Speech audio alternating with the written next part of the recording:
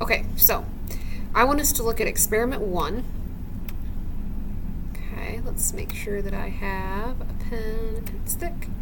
All right, do I draw? Okay, fabulous. So what I want us to do is we're going to take a look at this first experiment. It says consider the points 2, 3, and 4, 7, and the line segment between them. So the first thing it says to do is what's the slope of this line segment? Okay, you know that slope is rise over run. And so we rise 4, we run 2, and so the slope of this line would be 4 over 2. Or, if you want to let that reduce, the slope of this line is just 2. Okay? Now it says locate a third point C so that these points form the vertices of a right triangle with AB as its hypotenuse. So we have two options for where we can put that point C. I'm going to show you where I'm going to put it. You could do something different. So let me get rid of this. Okay? So I'm going to put point C here, and I'm going to create a right triangle that looks like this with point C here. Okay?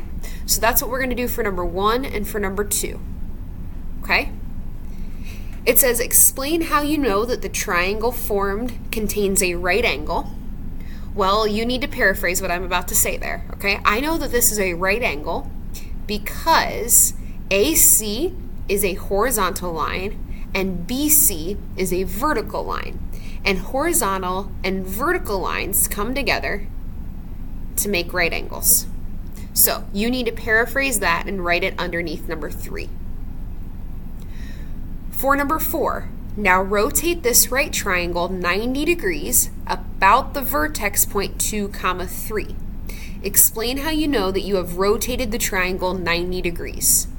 So what I need to do is I need to take this triangle and I need to rotate it 90 degrees. Okay, I'm going to change my color so you can see what's going on. So if this triangle is rotated 90 degrees and we're rotating around this point A, okay, I'm going to rotate counterclockwise. Okay, so this line AC is now going to be right here. Okay, and it's 2 line segments just like this was 2 line segments. This BC is 4 units. And so what I'm going to do next is I'm going to make this 4 units long. And then I'm going to connect and form this triangle.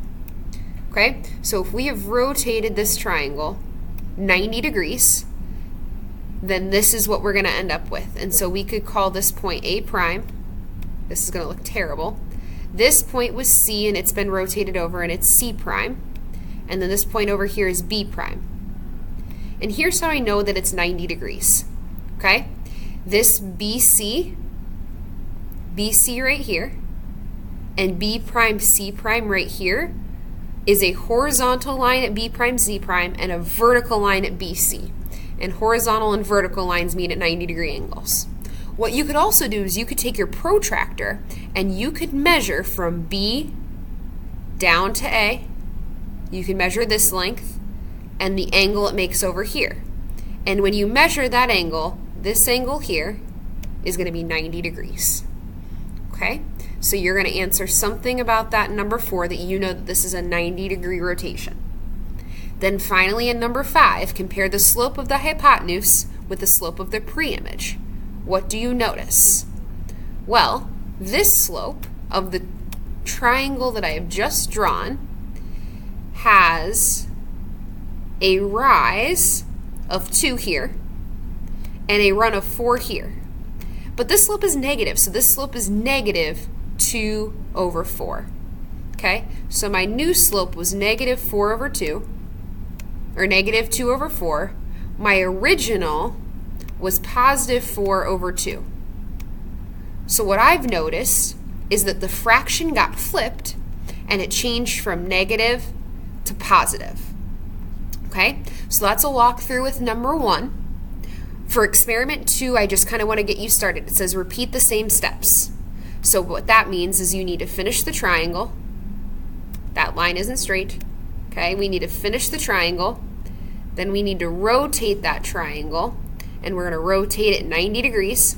Okay, so this is going to come up. So this is going to be up a positive 3 units. This is going to be over 1 unit. and here's my triangle. That looks terrible. Okay? What you need to do is you need to find the slope of the original hypotenuse and the slope of the new hypotenuse, and you need to compare those slopes. For experiment 3 and for experiment 4, you need to do the same thing.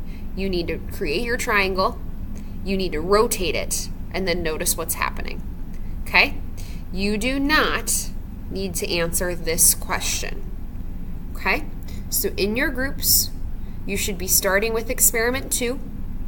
You should be drawing the pre-image, finishing the pre-image and drawing the image, and then you should be finding the slope of the original and the slope of the new line. Okay?